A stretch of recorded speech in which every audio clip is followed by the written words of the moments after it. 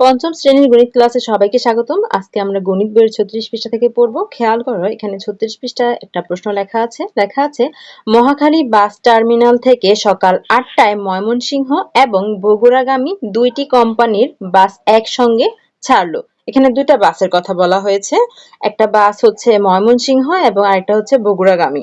তো এই দুইটা বাস সকাল 8টায় একসঙ্গে ছাড়লো। এরপর বলেছে ময়মনসিংহ ও বগুড়াগামী বাসগুলো যথাক্রমে 12 মিনিট এবং 15 মিনিট পর পর ছাড়ে। যথাক্রমে মানে হচ্ছে সিরিয়ালে, মানে একটার পর আরেকটা।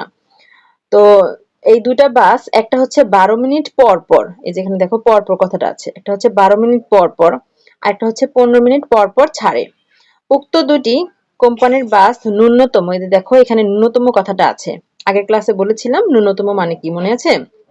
আমরা শিখেছিলাম যে লঘিষ্ঠ মানে হচ্ছে ছোট, আর আমরা লঘিষ্ঠ হচ্ছে লসাগুর পূর্ণরূপ। তো আমরা কখন কখন লসাগু করব? যখন এই যে দেখো ন্যূনতম, ক্ষুদ্রতম, ছোট, তারপর সর্বনিম্ন, এই ধরনের কথাগুলো যখন থাকবে তখন আমরা কি করব? লসাগু নির্ণয় করব। তো এখানে বলেছে উক্ত দুইটি কোম্পানির বাস ন্যূনতম কতক্ষণ পর পর আবার একসঙ্গে ছাড়বে। এই হচ্ছে একটা ক্লু যে ন্যূনতম থাকলে আমরা লসাগু নির্ণয় করব। এছাড়া তোমরা অন্যভাবে বুঝতে পারো, এই যে দেখো এখানে বলেছে 12 মিনিট পর পর আর একটা হচ্ছে 15 মিনিট পর পর। তাহলে 12 মিনিট পর পর মানে কি? একটা প্রথমে হচ্ছে 12, তারপর হচ্ছে আবার 12 মিনিট পর 24 মিনিট, তারপর আবার 12 মিনিট পর কত হবে? 3 12 36 মিনিট পর। তার মানে এইভাবে করে 12 এর গুণিতক গুলা আমরা পাবো। তারপর 15 মিনিট পর পর যখন বলেছে, তাহলে প্রথমে যাবে 15 মিনিটে, তারপর 30 মিনিটে, আবার 15 মিনিট পর হলে 45 মিনিটে, অর্থাৎ 15 এর গুণিতক গুলা হচ্ছে পাবো আমরা এখানে। তখন আমরা যদি দুইটা একসঙ্গে কখন ছাড়বে সেটা পেতে চাই, তাহলে এই 12 আর 15 এই দুইটা সংখ্যার গুণিতক যেখানে মিলে যাবে, সেই মিলিত সেই সংখ্যাটার ওই সময়টাই কিন্তু এই দুইটা বাস একসঙ্গে ছাড়বে। তো এই মিলিত এরকম সংখ্যা আমরা কখন পাই? যখন আমরা লসাগু নির্ণয় করি, তাই তো? তো দেখো এখানেও আমরা লসাগু নির্ণয় করবো। এখানে সমস্যাটা সমাধান করার কিছু কৌশল দেওয়া আছে, আমরা এগুলো দেখি। সমস্যাটা সমাধানের জন্য চতুর্থ শ্রেণীতে শেখা কৌশল প্রয়োগ করতে পারি। এখানে যে 12 এবং হচ্ছে 15 এই দুইটা সংখ্যার লসাগু নির্ণয় এখানে করা হয়েছে। প্রথমে দেখো 12কে ভাঙলে 6 দুগুণে 12, 6 আর 2। এখানে 6কে আবারও ভাঙা যায়, একটা হচ্ছে 3 দুগুণে 6, তাহলে 3, এই যেখানে 3 আর এখানে হচ্ছে 2, 3 দুগুণে 6, তাহলে 12 এর কি কি পেলাম? 12কে ভেঙে 2 পেলাম, এখানে 2 পেলাম, এখানে 3 পেলাম, এই যে 2 দুগুণে 4, 3 4 12। এরপর 15কে ভাঙলে কি কি পাওয়া যায়? 3 5 15, হ্যাঁ 3, একবার 3 পাওয়া যায়, একবার পাওয়া যায় 5, 3 5 15। আর কোনো মৌলিক উৎপাদক পাওয়া যায় না। কি কি মৌলিক উৎপাদক পাওয়া যায় 12 এর মধ্যে? 12 এর মধ্যে 2 পাওয়া যায়, 2 পাওয়া যায় আর 3 পাওয়া যায়। আর 15 এর মধ্যে মৌলিক উৎপাদক কি কি পাওয়া গেল?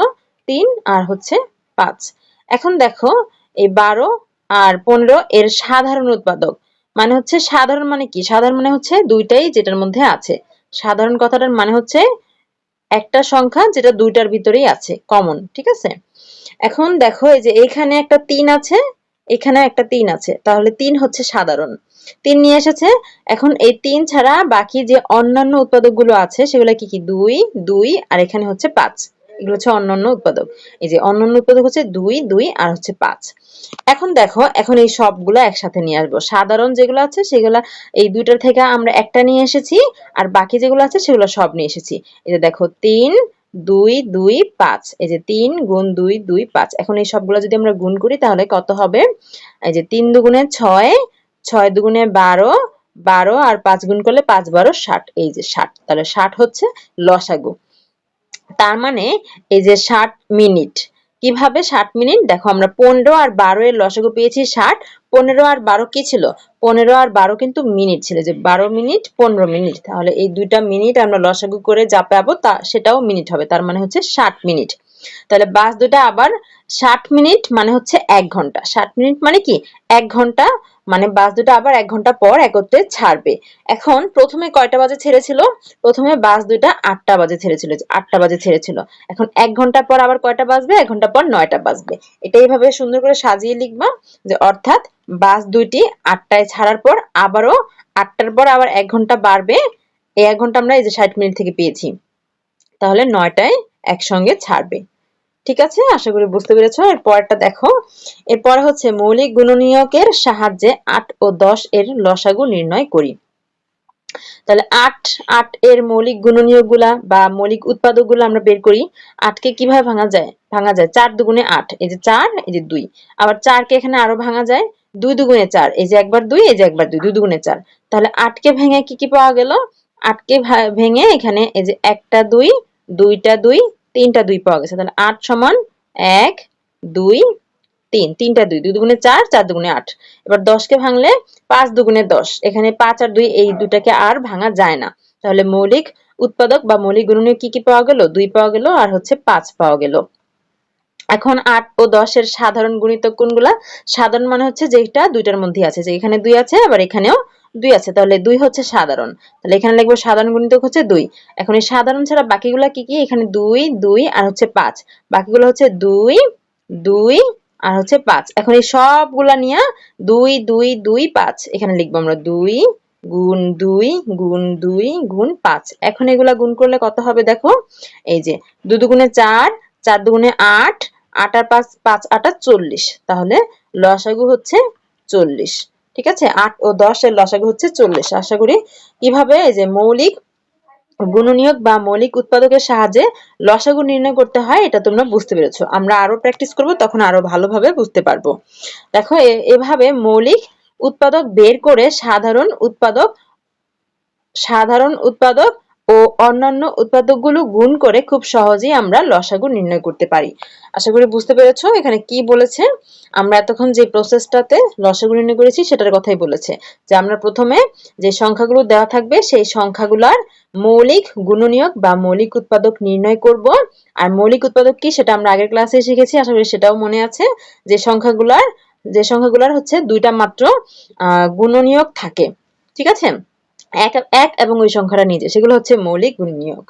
এখন তো আমরা মৌলিক গুণনীয়ক বের করব। এরপর মৌলিক গুণনীয়ক বের করার পর আমরা যে গুণনীয়কগুলো পাবো সেখান থেকে প্রথমে আমাদের সাধারণ গুণনীয়ক বের করতে হবে। যে আমরা সাধারণ গুণনীয়ক বের করব। সাধারণ মানে কি? যেটা হচ্ছে দুইটার মধ্যেই থাকবে, অর্থাৎ এখানেও থাকবে আর এখানেও থাকবে।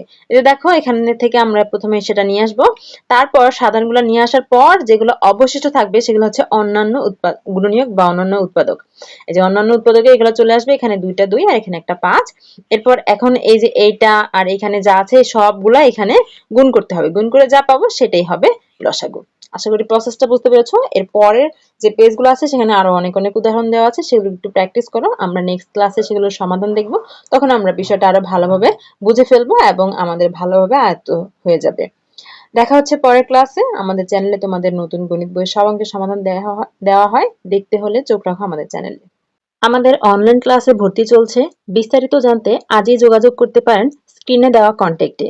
আমাদের হোয়াটসঅ্যাপ নাম্বারে মেসেজ করতে পারেন অথবা ইমেইল করতে পারেন অথবা ফেসবুক পেজে মেসেজ করতে পারেন। আমাদের ফেসবুক পেজ প্রশ্ন পড়ার ঘর অনলাইন স্কুল অ্যান্ড কোচিং, অথবা আমাদের ইউটিউব চ্যানেলের সাথেই থাকতে পারেন। আমাদের YouTube channel Shiuli's classroom. Online ক্লাসে ঈদ উপলক্ষে চলছে বিশেষ ধামাকা অফার। দিনে মাত্র 10 টাকা খরচে পেয়ে যাবেন অনলাইন ক্লাসের সুবিধা। এছাড়াও রয়েছে অনেক অনেক ফ্রি ক্লাস। তাই এই অফার মিস করতে না চাইলে আমাদের সাথেই থাকুন। আর অনলাইন ক্লাসে ভর্তি হতে এখনই যোগাযোগ করুন আমাদের কন্ট্যাক্টে। এতক্ষণ সাথে থাকার জন্য সবাইকে ধন্যবাদ।